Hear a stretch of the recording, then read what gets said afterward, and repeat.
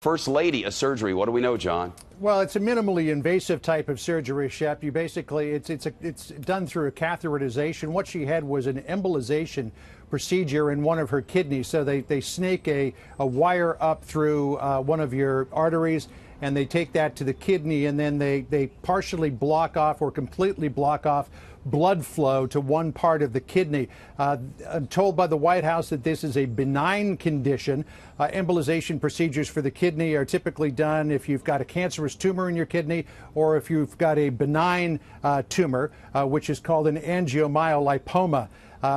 This being a benign condition, according to Stephanie Grisham, who is the First Lady's spokesperson, that would probably, though we don't know, put it in the category of an angiomyolipoma. The reason why you want to treat this is because these tumors can grow big enough that they start to burst blood vessels. So she is at the Walter Reed Military Medical Center up there in Bethesda. We're told that she will remain there for the rest of the week. After you have a procedure like this, you want to remain still for a while to make sure that everything sets in the way that the doctors wanted it to set in. So again, minimally invasive surgery, what's called an embolization procedure to block off blood flow to a part of her kidney.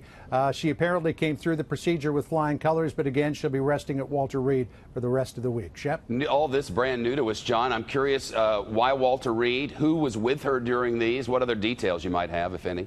We don't know who was with her during the procedure, but why Walter Reed? The president and the First Lady, the Second Lady of the United States, the Vice President, everybody gets, basically everybody here at the White House who's on staff gets treatment at Walter Reed. This being, part of the federal government and so many military aspects of this involved. Walter Reed is the place you go. Of course, we know that back in January, the president went to Walter Reed for his medical that we heard so much about from Dr. Ronnie Jackson, and of course the story that ensued after that. I'll try to find out who was with her during the procedure.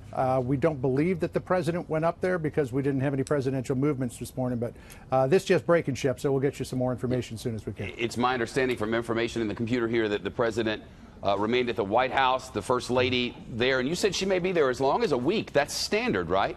Well, for this type of procedure, and embolization therapy that many people are probably familiar with is for a uterine fibroid, where they thread a catheter up and they'll block off flow to an artery that's creating a fibroid to grow in a woman's uterus.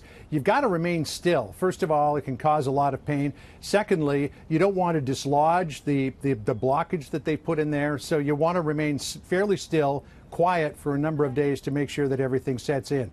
You can talk with the medical A team more about it, Shep. I'm not a doctor. I just play one on TV. Yeah, I don't even play one on TV. But the bottom line on this is, from reading this stuff, the First Lady is absolutely fine, correct? She is, yeah. I mean, the problem is if you've got a benign tumor growing in your kidney, at some point it's going to cause problems.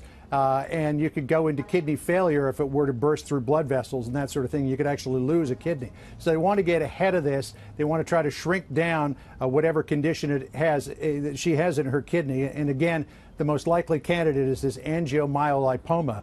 You want to shrink that down so that it doesn't do any more damage to the kidney.